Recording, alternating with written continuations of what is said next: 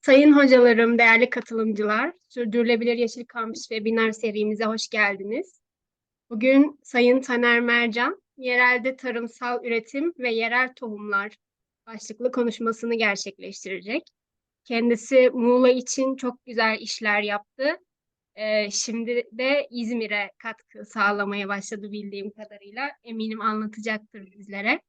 Değerli vaktinizi ayırıp bugün geldiğiniz için, tecrübelerinizi paylaşacağınız için çok teşekkür ederiz. Katılımcılara Ben şeyi teşekkür ederim. hatırlatmak istiyorum. Süre sınırımız maalesef 40 dakika. Ama süre biterse tekrar aynı link üzerinden sisteme giriş yapabiliriz. Sorularınızı chat kısmından da bizlere iletebilirsiniz. Sunum sonunda sesinizi de açıp iletebilirsiniz. Buyurun Taner Bey, sizi dinliyoruz. Evet, öncelikle herkese merhaba. İsmim Taner Mercan, Ziraat Yüksek Mühendisiyim. Biraz bahsedeyim kendimden. Ben 10 yıl kadar Muğla Büyükşehir Belediyesi'nde Tarımsal Hizmetler Dairesi'nde ziraat mühendisi olarak çalıştım. Son 4,5-5 yılımı şube müdürlüğü, Tarım ve Hayvancılık Şube Müdürlüğü'nde geçirdim. Bu süre zarfında 15'in üzerinde proje gerçekleştirme şansı yakaladım. Bunların başında yerel tohum merkezi geliyor. Belki bilenleriniz vardır. Denizli yolu üzerinde Kötekli Kavşağı'nın orada Muğla Büyükşehir Belediyesi'ne ait bir yerel tohum merkezimiz var. 2016 yılında kurduk bu tohum merkezimizi. Türkiye'de ikinci kurulan tohum merkeziydi. Bunu bahsedeceğim ben sunumumun içinde. Bunun yanında işte Fethiye'de olsun, ondan sonra Köyceğiz'de olsun, Muğla'nın birçok yerinde tarımla alakalı, kırsal kalkınmayla alakalı projeler yaptık. Son 2 aydır da İzmir Ödemiş Belediyesi'ne geçiş yaptım. Artık çalışmalarımı Ödemiş Belediyesi'nde devam ediyorum. Yine sunumun içinde bahsedeceğim. Burada da aynı çalışmaları tekrarlayacağız. Şimdi ben izninizle bir sunumuma başlamak istiyorum. Tabii Naz Hocam'la baştan konuştuğumuzda yerelde tarımsal üretim ve yerel tohumlar dedik. Aslında bunların ikisi de başlı başına bir konu. E, Büyük konular. Yani ben kısa anlatmaya çalışacağım size. Yani 20 dakika gibi, 15-20 dakika gibi bir süre alır diye düşünüyorum. Ama bu iki konunun her biri aslında saatlerce sürebilecek konular, tartışabileceğimiz konular. Çünkü Türkiye biliyorsunuz bir tarım ülkesi. Her ne kadar kendini tarım ülkesi olarak görmese de aslında bir tarım ülkesi. Tamamen tarımdan kendi gelirini sağlıyor. E, Ama tarım konusunda da en çok sıkıntıları yaşadığımız yerde maalesef yine ülkemiz. Ben iki konuyu da hızlı bir şekilde size aktarmaya gayret edeceğim. Ee, Atamızın bir sözüyle başlamak istiyorum ben. Milli ekonominin temeli tarımdır. Gerçekten Türkiye'de bu böyle. Kabul etsek de etmesek de bu şekilde. Yerelde tarıma nasıl başladı insanoğlu? Çoğumuz biliyoruzdur zaten bir şekilde. Mezopotamya'da başladı tarım. Oradan bütün dünyaya yayıldı. Ee, Avcı toplayıcılıktan baktı ki kendi ürününü yetiştirebiliyor, kendi besinini yetiştirebiliyor. Dedi ki niye dolaşayım? Niye oradan oraya, oradan oraya gezeyim? Bari bir yerde durayım, orada kendi besinimi kendim üreteyim. Yani o günden beri tohumlar artık toprakla buluştu ve bıkmadan usanmadan insanlığı doyurmaya devam ediyor. Bu döngü yani artık ben yerimde kalayım ve kendi besinimi üreteyim bir mesleği doğurdu, çiftçilik. Çiftçilik ben de çok merak etmiştim. Bu mesleğe ilk başladığımda çiftçi nedir, nereden gelir, çift ne demek? Sonradan öğrendim ben de. Çift bir çift öküzle sürülebilen yere çiftlik deniyormuş. Ve bu sürüm işini yapan kişiye de çiftçi deniyormuş. Yani bu çift konusu bir çift öküzden geliyor. Öküzle sürüldüğü için önceden tarlalar. Kendi besinini elde etmek ve imeceyle başladı. Daha sonra insanların birbirine yardım etmesiyle başladı. Sonra da bu işi sizin adınıza bir bedel karşılığı yapabilecek insanlara bırakıldı konu. Bu da endüstriyel tarımın ortaya çıkmasına neden oldu. Endüstriyel tarım büyük kitleleri duyurmak adına birim alandan en fazla ürünü elde etmeyi amaçlayan bir tarım şekli. Burada teknolojiyi kullanıyor, mekanizasyonu kullanıyor, toprağı biraz da hunharca kullanmayı ve verim artışını hedefliyor bu konuda. Yani bir üretim var, bakıyoruz, bir israf var, aç insanlar var. Sorun şu, biz bir üretim yapıyoruz. Amaç pek sorun insanlığı doyuramamak mı? Yeteri kadar üretim yapamıyor muyuz? Yoksa gıdayı adil mi dağıtamıyoruz? Aslında yani bir yanda israf varken bir yanda aç insanların olmasının sebebi bence gıdayı adil dağıtamamak. Yoksa üretim gerçekten bu dünya üzerindeki tarımsal üretim, dünya üzerindeki insanları ve hayvanları besleyecek kadar fazla bir şekilde yapılıyor. Birim alandan en fazla verimi ve haliyle geliri elde etme hırsı gıdaya ulaşımı gitgide zorlaştırmış. Sağlıklı gıdaya. Çünkü artık bir şeyi bol ve fazla hızlı üretmek istiyorsanız bir şeylerden fedakarlık etmek zorundasınız. Bu da ne olmuş? Tezgahlarda belki mükemmel, aynı renk, aynı şekil meyveler var böyle tek bir kalıptan çıkmış gibi ama tat ve aroma, besleyicilik artık ikinci plana düşmüş durumda. Tezgahlar bu meyve sebzelerle dolmaya başladı. Ve ilk başlarda insanlara cazip geldi. Tek bir pırıl pırıl parlayan renk, canlı renklerde, işte hiçbir yamuğu olmayan dümdüz domatesler, elmalar insanlara cazip gelmeye başladı. Ama daha sonra insanlar bir şeyi fark ettiler. Bu böyle değildi ama eskiden bunun tadı böyle değildi. Bu domatesin, bu salatalığın tadı böyle değildi. Biz hani içeride salatalığı böldüğünüzde öbür odadan kokusunu alıyorduklar artık söylenmeye başladı. İşte bu endüstriyel tarımın hırsı nihayetinde küresel tohum ve ilaç devleri oluşturmaya başladı. Çoğumuz biliyoruzdur bunları. Amaç insanı doyurmakken birden kendini doymak, yani kendi doymak bilmeyen devler oluşmaya başladı. İşte bu küresel tohum ilaç devleri. Şimdi baktığınızda bir tane firmanın hem tohum firması var, tohum bölümü var, hem zirai ilaç bölümü var, hem de beşeri insan ilaç bölümü var. Aslında bu saca yağını kafanızda hayal ettiğinizde ne kadar tehlikeli bir saca yağı olduğunu az çok görebiliyoruz. Gıdayı kontrol eden insanı kontrol eder diye bir laf var. Bunu Henry Kissinger diye bir Amerikan abimiz söylemiş. 1920'li 30'lu yıllarda söylenmiş bu laf. Aslında şu, petrolü kontrol edersen ulusları kontrol edersin, yiyeceği kontrol edersen insanları kontrol edersin. İşte tarım bu kadar önemli bir şey aslında. İnsanları kontrol edebilecek kadar önemli bir olgu. Tohuma hakim olma çabası var bu devlerde.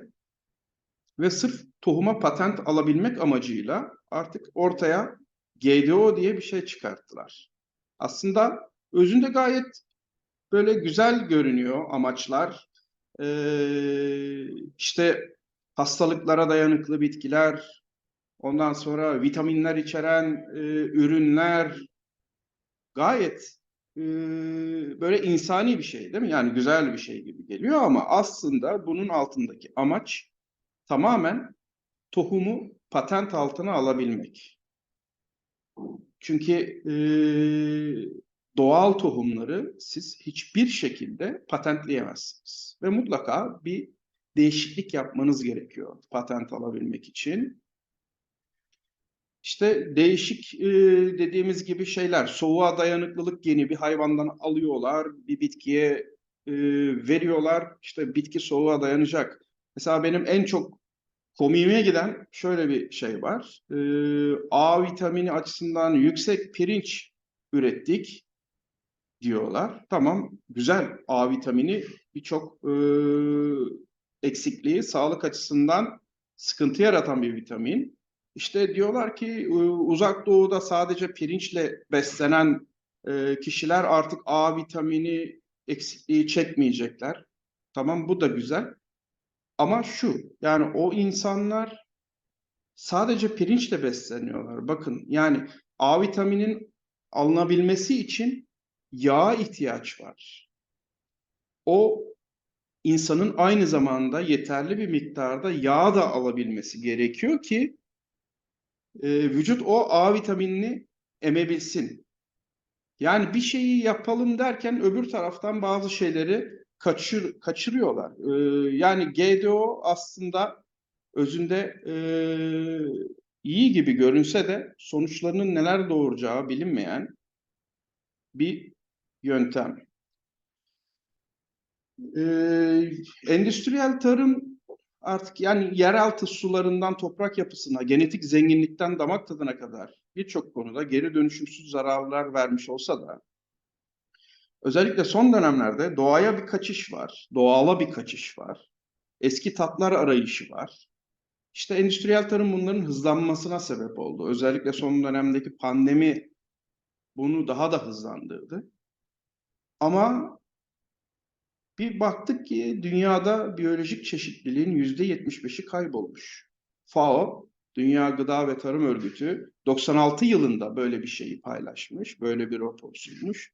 Bakın, günümüzde bunun gayri resmi rakamının %95 olduğu söyleniyor ve bu çok korkunç bir şey.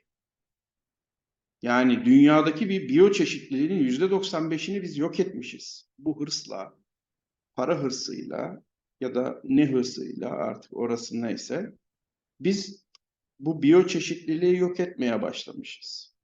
Peki çözüm ne? Yani ne yapsak da biz bunu durdursak ya da geri döndürsek? Geri döndürmek belki çok zor ama ya durdurmak lazım bunu bir şekilde. Burada bir çözüm olması gerekiyor. Nedir? Yani ne yapmamız gerekiyor? İnsanlar şimdi bu çözümün arayışındalar. Hepimiz bu çözümün arayışındayız. Yani burada bir yerelde tarımı korumamız gerekiyor bir şekilde. Yerelde tarımı, endüstriyel tarımın elinden bir kurtarmamız gerekiyor. Yani tarımı şöyle mi yapmalıyız? Küçük ve ortak ölçekli üreticilerle örgütlü bir üretim modeline mi yönelmeliyiz çözüm için? Yoksa şu an yapılmaya çalışıldığı gibi, belki biliyorsunuzdur çoğunuz, ülkemizde bile böyle adımlar var şu anda. Büyük ölçekli çiftliklerde üretimi, tarımsal üretimi şirketleştirmek mi buna çözüm? Yani burada aslında hepimiz de çözümün ne olduğunu az çok tahmin edebiliyoruz. Yani benim kendimce en akıllıca olan yolların başında küçük üreticiyi oyunda tutmak gerekiyor. Yani bu küçük ve orta üreticiyi eğer siz tarım sektöründen silerseniz artık bu tamamen ticarethaneye döner ve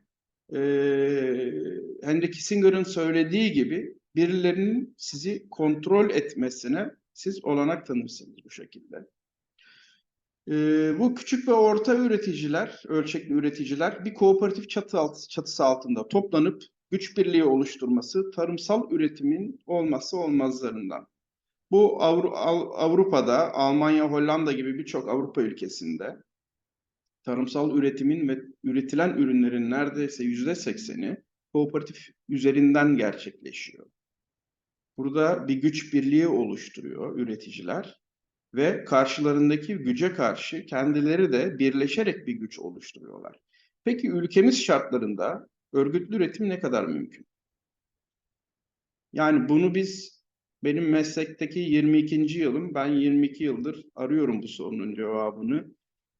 Ve gerçekten Naz Hocam da biliyor. Kooperatifçilik alanında çok çalışmalar yürüttük 10 yıldır Muğla'da. Ama insanların kooperatifçiliğe bakış açısı hiç iyi değil. Yani kooperatifleri bir çalma çırpma yeri, işte para kazanma yeri olarak görüyorlar başa geçenlerin. Biz de diyoruz ki o zaman siz geçin başa, düzgün yönetin, daha iyi yönetin. İnsanlar elini taşın altına koymak da istemiyorlar. Hem karnım doysun, hem ekmeğim bitmesin. Yani böyle bir şey içinde. Çok yorulmak istemiyor üreticilerimiz. Bir üzerine sorumluluk almak da istemiyor ama her şey güzel olsun istiyor bir şekilde. İşte her şey güzel olacaksa bir şekilde örgütlü tarımı ilerletmemiz gerekiyor. Bu da sonuç olarak eğitime. Biz üreticilerimizi eğitmek zorundayız. Yerelde tarımı eğer düşünüyorsak geliştirmeyi, eğitimi ilk önce çocuk yaştan beri başlayarak tarım eğitimini aşılamamız ve tarımda bilinen, doğru bilinen yanlışları o üreticilerin kafasından silmemiz gerekiyor. Evet, yerel tohum dedik. Bizim Muğla Büyükşehir Belediyesi yerel tohum merkezimizin sloganıdır. Yerel tohum ulusal güç. Gerçekten de doğru bir söz. Yerel tohumlarımız bizim ulusal gücümüz. Nedir yerel tohum? Yerel tohum uzun yıllar yerel üreticilerce tarımı yapılmış, tohumdan meyve, meyveden tohum yöntemiyle yetiştirilmiş. Nasıl? Yani beğendiğim meyveden ben tohumu almışım, o tohumu yetiştirmişim. Oradan çıkan meyveden, sebzeden yine en çok beğendiğimi almışım. Burada ne yapıyorum aslında? Ben bir doğal seleksiyon yapıyorum. En güzeli yetiştirmek için doğal seleksiyon yapıyorum. Bu doğal seleksiyon çok yavaş bir şekilde gerçekleştiği için de yerel tohumlarda genetik olarak bir durağanlık söz konusu oluyor. Genetik durağanlık ne demek? Biz hibrit bir tohumu ikinci sene ektiğimizde, ikinci ya da üçüncü senede ataya dönmeye başlıyor. Biz buna yozlaşma diyoruz halk arasında, üreticiler arasında ama bu ataya geri dönüştür. Genetik olarak durağan değildir hibrit tohumlar. O yüzden o tohumu devam ettiremezsiniz ya da o kaliteyi devam ettiremezsiniz. Ama yerel tohumlarda bu böyle değil. Aynı kaliteyi yıllarca eğer düzgün bir şekilde üretim yapıyorsanız aynı kaliteyi yıllarca sağlayabiliyorsunuz. Ama benim için en önemlisi lezzet, aroma ve besin değeri bakımından çok önemli ölçüde değerli bir tohum, yerel tohumlar. Yani o eskileri, o kaya gibi domates dediğimiz sert, dayanıklı, mantar ve bakteriyel enfeksiyonlara dayanıklı, raf ömrü uzun, eskiden yeşilken domatesi koparıyorsunuz. Artık son dönemde insanlar domates kızaracak kadar iklim müsaade etmeyince onları kopartıp bir kenara mutfakta koyuyorlardı ve kızardıkça yemeye devam ediyorlardı ve onlar belki de bir ay, 1,5 ay dayanmaya devam ediyordu. Dedik biz zaten bunu doğal seleksiyon yerel tohum üretiminde devam ediyor ve haliyle bu da genetik olarak çeşitliliğin devamını sağlıyor. Kimi üretici iri ve kırmızıyı severken kimi üretici biraz daha böyle rengi daha değişik çalanı alıp üretiyor. Ve burada ne oluyor? Bir kendi kendine doğal seleksiyon devam ediyor. Evet, tohum çeşitleri tarımda dedik yerel tohum anlattık. Yerel tohum nedir? Hibrit tohum da aslında öcü bir tohum değil ama hibrit tohumda verim ön planda. Verim ve görüntü. ön planda.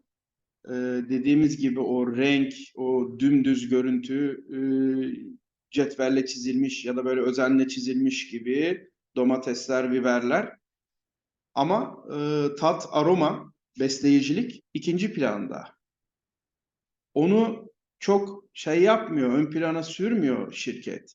Ben diyor işte birim alandan 10 kat daha fazla ürün size sunuyorum. Tat, aroma ama o yok ama çok çok ürün sunuyorum size. Onu vaat ediyorum diyor. İşte en tehlikelilerinden bir tanesi diğeri olan GDO. GDO'da da artık şimdi hibrit tohumda yerel tohumdaki olan doğal seleksiyon yani uzun yıllara, onlarca yıllara belki 100 yıla yayılan o doğal seleksiyon hibrit tohumda 7 yıla düşüyor. Yani 7 yıl boyunca bir hibritleşme çalışması yapıyorsunuz. Bu kimi yerlerde 5 yıla kadar düşüyor. Ama yine de ataya geri dönüş var. Ama GDO'da artık geri dönüş yok. Siz genetiğini değiştiriyorsunuz çalıştığınız bitkinin ve artık o bitki olmuyor, eski bitki olmuyor. Yeni bir şey üretiyorsunuz, ortaya koyuyorsunuz. Orada geri dönüş de yok artık. Siz yeni bir tür oluşturuyorsunuz ve bunu siz doğaya saldığınızda bu tohumları doğadaki genetik çeşitliliği de tehlike altına sokuyorsunuz. Çünkü arılar vasıtasıyla, kelebekler vasıtasıyla, böcekler vasıtasıyla ya da rüzgar vasıtasıyla bir şekilde tozlaşma devam ediyor.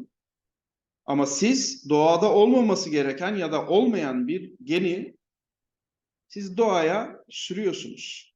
Burada sonuçlar çok güzel de olabilir ama çok kötü de olabilir. İstemediğimiz sonuçlar da olabilir. Yerel tohum merkezleri, yerel tohumun korunması amacıyla kurulmuş merkezler. Endüstriyel tarıma işte yenik düştü dedik. Yerel tohumlar dünya üzerinden silinip gidiyor. Biz bunu önlemek için kendi bölgesindeki yerel tohumların belirlenerek koruma altına alınması ve kontrol şartlarda çoğaltılarak, burası önemli, kontrol şartlarda çoğaltılması, onu da değineceğiz. Halkın kullanımına sunulması amacıyla yerel yönetimlerce kurulmuş merkezler. 2006 yılında hükümet bir yasa çıkardı. 5553 sayılı Tohumculuk Kanunu.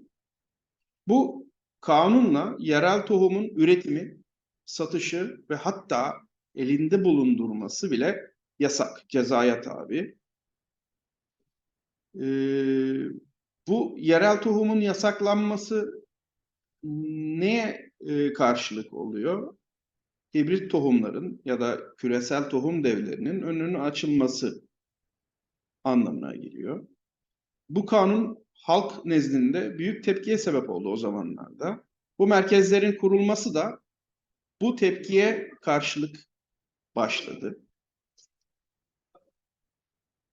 Başlatan 2011 yılında Seferihisar Belediyesi Can Yücel Tohum Merkezi kurdu. Can Yücel, neden Can Yücel? Çünkü Can Yücel'in vasiyetinde bir tohum bankası kurulması vardı. Ölmeden önce yazdığı vasiyette. Seferihisar Belediyesi de bu vasiyeti yerine getirip onun adına bir tohum merkezi kurdu. Can Yücel Tohum Merkezi'ni kurdu. Ve tohum takas çalışmalarına başladı. 2016 yılında ise biz kurduk yerel tohum merkezimizi Muğla Büyükşehir Belediyesi olarak Türkiye'de ikinci kurulan tohum merkeziydi. Ve böylelikle bir hız kazandı yerel tohum merkezlerinin kurulumu. Arkamızdan Çanakkale derken, Kıbrıs derken gitgide arttı ve şu an birçok belediyemizde bu yerel tohum merkezleri faaliyetlerine devam ediyor. İşte altta bazı belediyelerimizi görüyoruz, ilçelerimizi, illerimizi, yerel tohum merkezine sahip olan. Eskişehir'dekini, Bodrum'dakini, Honaz'dakini ve Selçuk'takine bizler de destek verdik kurulurken. o aşamada hem tohum desteği hem de teknik destek verdik. Onlar da şu an çalışmalarına devam ediyor. Şimdi de Ödemiş'te kuruyoruz. Kurulumu tamamlandı sayılır. Ödemiş'in eski ismi var, Otamış. Otamış Türkmen boyundan geliyor. Buraya ilk yerleşen Türkmenlerin boyundan geliyor ismi. Biz de o Otamış'ı aldık. Otamış Yerel Tohum Merkezi olarak şimdi Muğla'da kurduğumuzun aynısını Ödemiş'te kuruyoruz ve buradaki Ödemiş Muğla'dan biraz daha endüstriyel tarımda önde ve yerel tohum konusunda artık iyice zayıflamış durumda. Çünkü endüstriyel tarıma yenik düşmüş buradaki yerel tohumlar. İnsanlar para kazanmak amacıyla daha fazla üretim, daha fazla para kazanmak için yerel tohumlardan hibrit tohumlara doğru yönelmişler ve ellerindeki yerel tohumlar yavaş yavaş kaybolmuş. Şimdi biz onları dağlarda, köylerde bir şekilde bularak tekrar koruma altına alıp yaygınlaştırmak için çalışmalara başlıyoruz Ödemiş'te de. Yerel tohum merkezleri nasıl çalışmalı? Herkes bir şekilde tohum dağıtıyor, tohum takası yapıyor. İyi mi, güzel mi? Bence amaç iyi ama gidilen yol çok doğru bir yol değil. Öncelikli hedef koruma.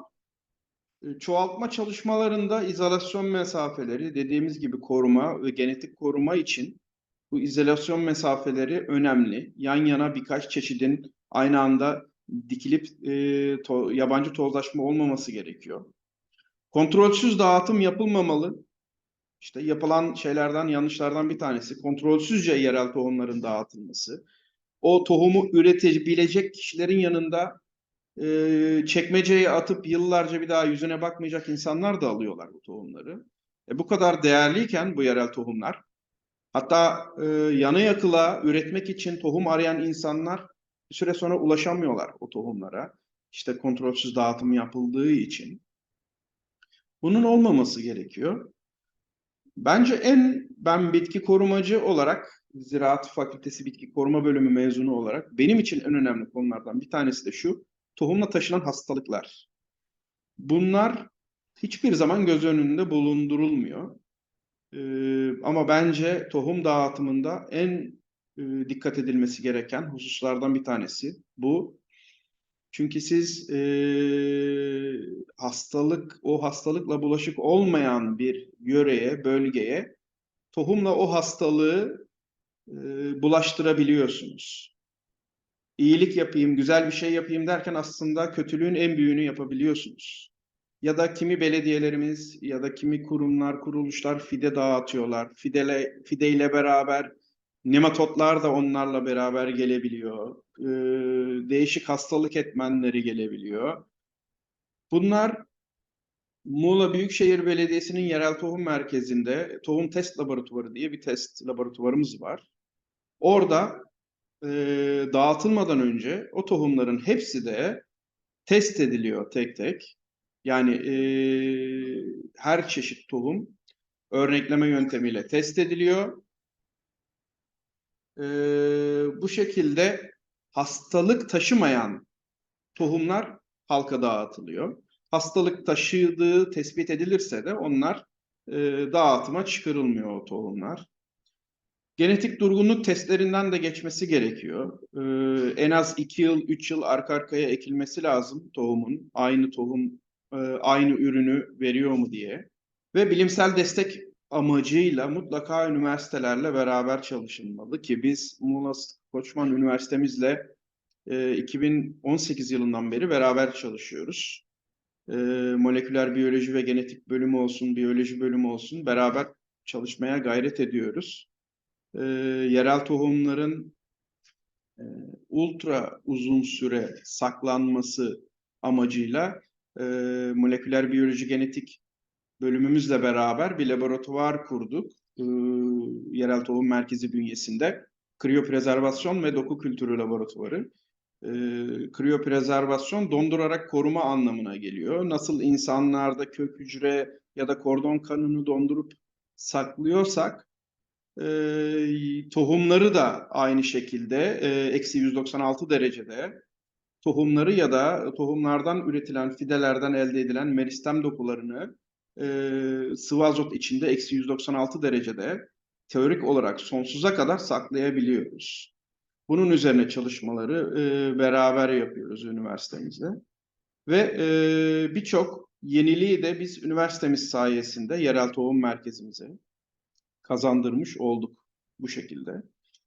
Bir de tohum bankaları var. Şimdi tohum merkezi, tohum bankası iki ayrı kavram. Nedir tohum merkezi? Biz tohum bankası dememeye özen gösterdik ilk kurduğumuz zamanlar. Çünkü tohumun bankası topraktır aslında. Biz toprağa yatırırız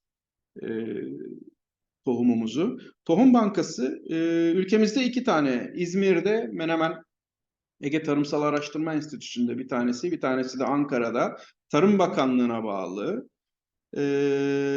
Hem yabani hatların hem de kültür hatlarının bütün tohumlarının saklandığı ülkemizdeki bitkilerin bir gen bankası. Ancak bu bankalarda şöyle bir olay var. Siz eğer tohum ıslah firması ya da araştırma kurumu değilseniz, kuruluşu değilseniz buradan tohum alamıyorsunuz. Yani halk olarak gidip de ben buradan tohum almak istiyorum dediğinizde size tohum vermiyorlar. Tohum merkezlerinin, tohum bankalarından işte böyle bir farkı var. Oradan her istediğiniz zamanda tohum merkezlerinden gidip istediğiniz tohumdan edinebiliyorsunuz. Bir de Norveç Svalbard'da var. Bir küresel tohum deposu. Yaklaşık 5-6 tane ülkenin finanse ettiği, bunların başında Amerika, Norveç, İngiltere, Almanya var. Ama asıl destekçileri yine bu biraz önce söylediğimiz küresel tohum ve ilaç firmaları.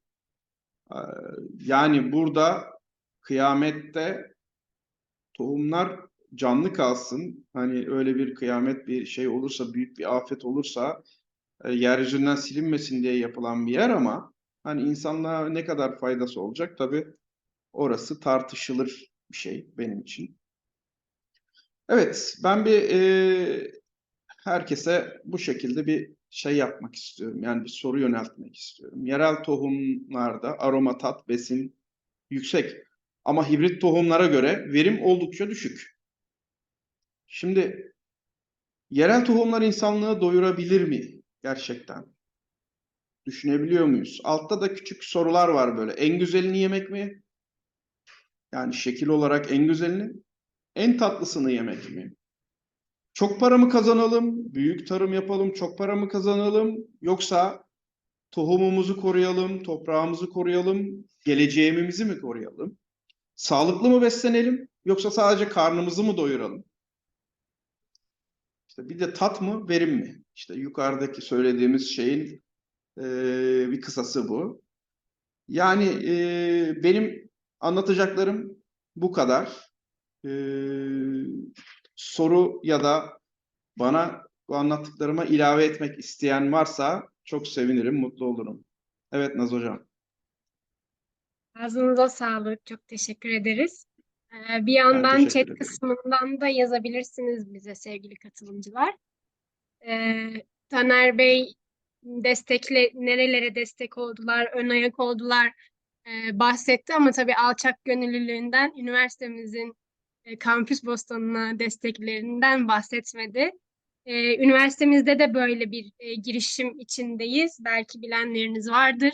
Sağ olsunlar Taner Bey olsun, Yerel Tohum Merkezi olsun. Hem tohum desteği hem fide desteği, tıbbi aromatik bitkiler, e, hem de teknik destek konusunda hep bizim yanımızda oldular. Çok da sizlerin nezdinde onlara tekrardan teşekkür etmek istiyoruz. Ben Onları teşekkür kaptırdık ederim. şimdi. İzmir'e gittiler. Aslında bu tartışma sorusunun bir benzerini ben sormak istiyordum size. Yani ben şimdi öğrencilerime de anlatmak istiyorum bu yerel tohumun önemini. Ama tabii ailesi çiftçilikle uğraşan çocuklar ilk olarak bunu soruyor tabii ki. Hani ben hep şunu anlatıyorum. Verim az oluyor diğerlerine oranla. İşte kimyasal kullanmıyoruz, ilaç kullanmıyoruz. Ama şimdi geçimi buna bağlı olan bir insanı buna nasıl ikna edeceğiz? Öğrencilere de çok gerçekçi gelmiyor açıkçası. Ve tabii böyle uzaktan, yani ben burada üniversitede çok küçük çaplı bir girişim yapıyorum. Ama uzaktan ahkam da kesemiyorsun. Geçimi buna bağlı olan insanlara. O açıdan hep benim de aslında aklımda bir soru işareti. Bunun ne kadar işte yaygınlaşması gerektiğini de anlatıyoruz bir yandan. İklim değişikliğinin de etkisi altındayız artık. Yani muhtacız bu ekolojik tarıma ve yerel tohuma aslında. Fikri olanlar varsa chat kısmından da bize iletebilir. Ben de Taner Bey'e bunu sormuş olayım o bahaneyle. Şimdi Hiç bu nasıl? bu hocam, bunun aslında cevabı basit. Tabii uygulanabilirliği ne kadar kolay, ne kadar zor onu tartışırız aslında, ama şimdi bunun, ben şöyle kendim, biri Taner Mercan'a sorsa, dese ki hani bu mümkün mü? Yerel tohum insanları besleyebilir mi? Benim cevabım evet olur. Nasıl peki? Yani verim az.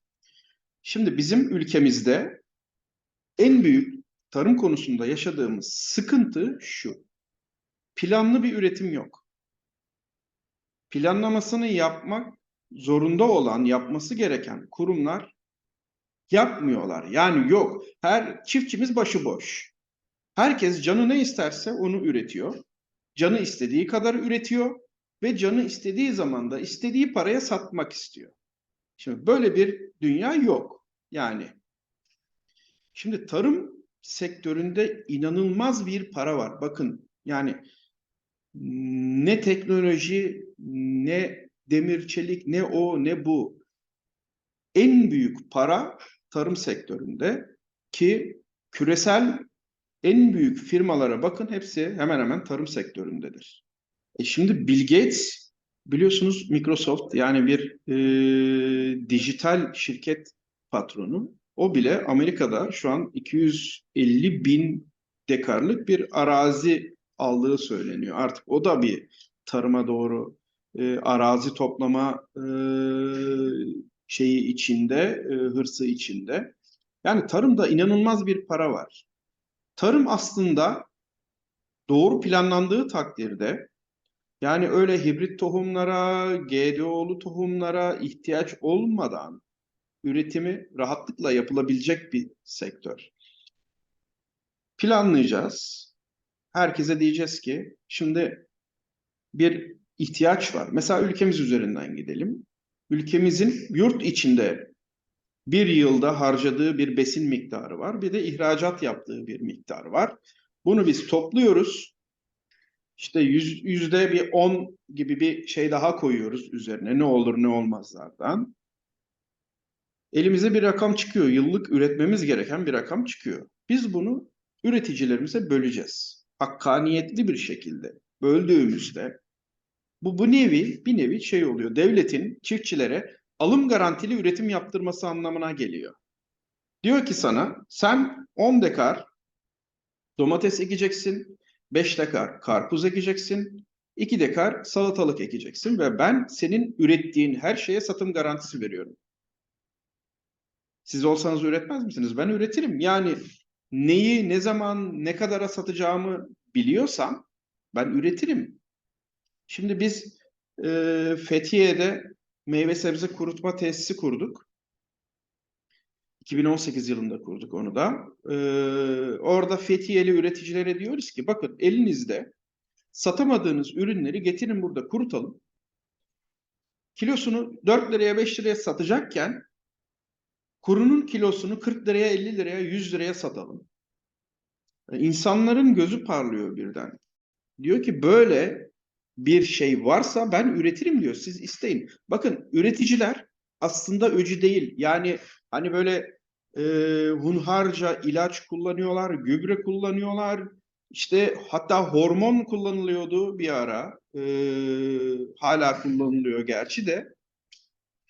Yani bunu insanlığa kastından mı yapıyor bu adam? Hayır. Yani para kazanma hırsından yapıyor. Para kazanacak. Oradan birim alandan daha fazla para kazanacak. Siz bu insana deyin, sen organik tarım yap.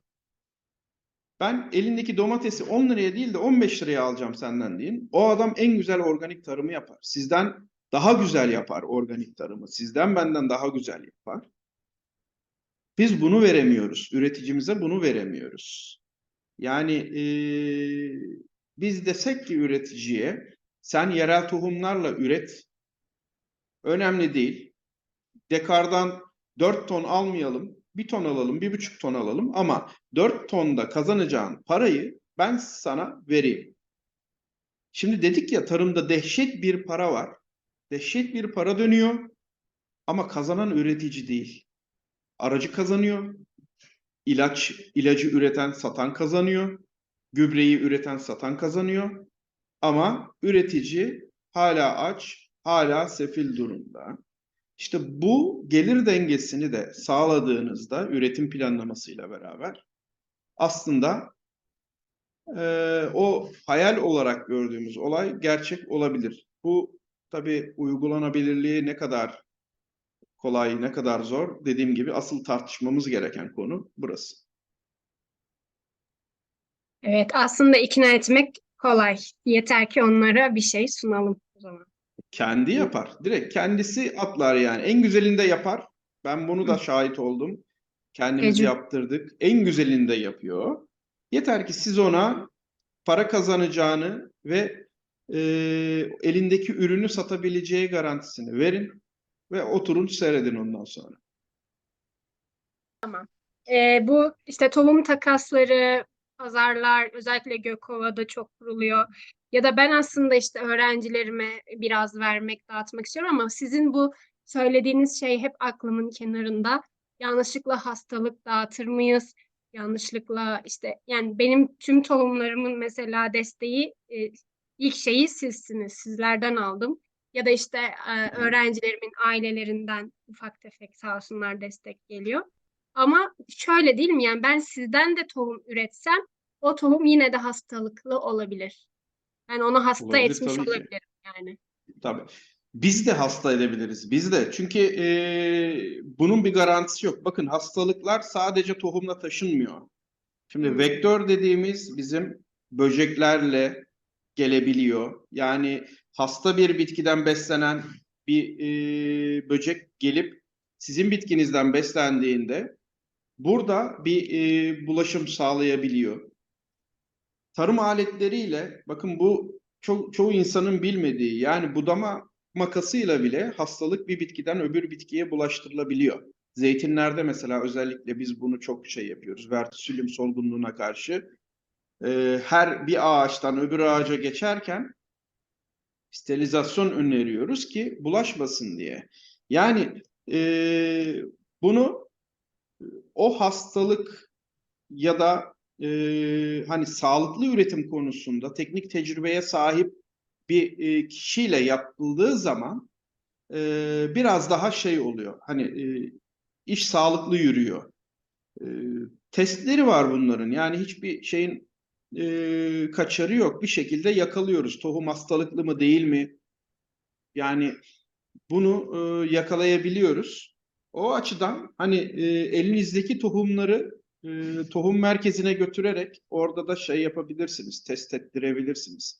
Dışarıdan yani benim zamanımda en azından dışarıdan gelen tohumları da biz testleri uyguluyorduk. Şimdi hala öyle mi bilmiyorum da. Yani aslında tohum takas hani o kadar iyi niyetli yapılan bir şey ama bu konuları, tehlikeleri göz önünde bulundurunca insan bir tereddüt ediyor, bir duruyor. Ben de yapıyorum çünkü. Mesela benim olduğum süreçte yerel tohum merkezinin prensiplerinden biri de şuydu. Tohum şenliklerinde biz tohum dağıtmıyorduk. Çünkü herkes geliyor oraya. Burada ne varmış diye uğrayan da oluyor. Tohum alıp gidiyor. Yani ben bir teyzeyi gördüm. Bir tohum merkezimiz masanın üzerine yığmıştı böyle tohum zarflarını. İki avucuyla beraber tohum zarfından alıp çantasını koyup gitti. Şimdi oradaki arkadaşa ben sordum. Şimdi dedim ki onun elindeki o tohumları birleştirsek 10 dekardan fazla alan eker. Yani o teyzenin 10 dekarlık bir arazisi var mı? ya da o tohumları ekecek mi? Yani bunu bilemiyorsunuz. Ama ekecek olan kişiyi siz kaçırıyorsunuz. Yok diyorsunuz bu sefer. Asıl yetiştirecek olan, gelen oraya kişiyi yok diyorsunuz. Biz o yüzden tohum şenliklerinde diyorduk ki siz bize ulaşın, biz size gönderelim ya da gelin tohum merkezimizden alın. İnanın gerçekten yerel tohum konusuna gönül vermiş, onu ekmek isteyen, yetiştirmek isteyen insanlar gelip sizi buluyorlar. Ben mesela bu yolu bulmuştum o şekilde. Dağıtmıyordum. İnsanlar söylene söylene gidiyorlardı ama en azından gerçekten yerel tohum gönüllüsü olan insanlar sıkı bir şekilde hem bizi sosyal medyadan takip ediyorlardı, hem tohum dağıtım zamanlarının ne zaman olduğunu biliyorlardı. Ve o insanlarla ben böyle karşılaştıkça gerçekten mutlu oluyorum. Bunun gönüllüsü, buna gerçekten gönül vermiş ve bu işi hakkıyla yapan insanlar var.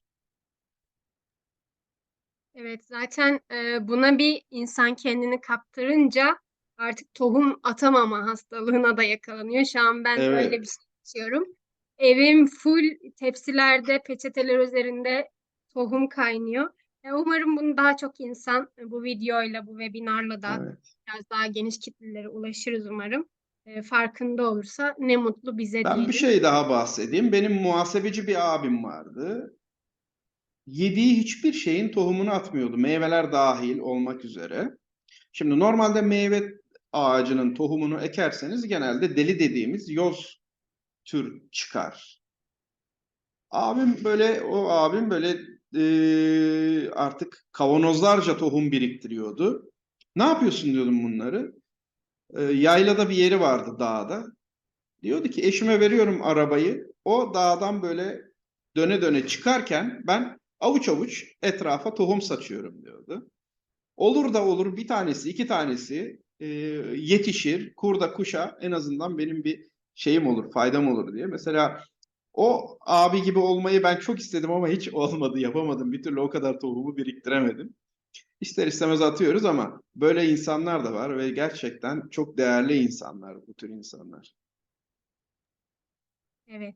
Özellikle eskiler işte siz hep anlatırsınız. O anneannelerinin, babaannelerinin çeyiz sandıklarından bulurlarmış yani tohumları. Çok değerli gerçekten. Herkes kıymetini bilsin diyelim. Çok Evet, teşekkür ederiz inşallah. Taner Bey. Ben teşekkür ederim. Yorumlarınız için ağzınıza sağlık. Vaktinizi de çok aldık. Soru yok sanırım. Estağfurullah. Zaten geri gelebilen az kişi oldu. Muhakkak onlar da kalanlar da YouTube'dan gerisini takip edebilir. Çok teşekkür ediyoruz size. Kendinize iyi bakın. Ben teşekkür ederim. Sağ olun. İyi günler diliyorum herkese. Görüşmek üzere. Hoşça kalın. Görüşürüz.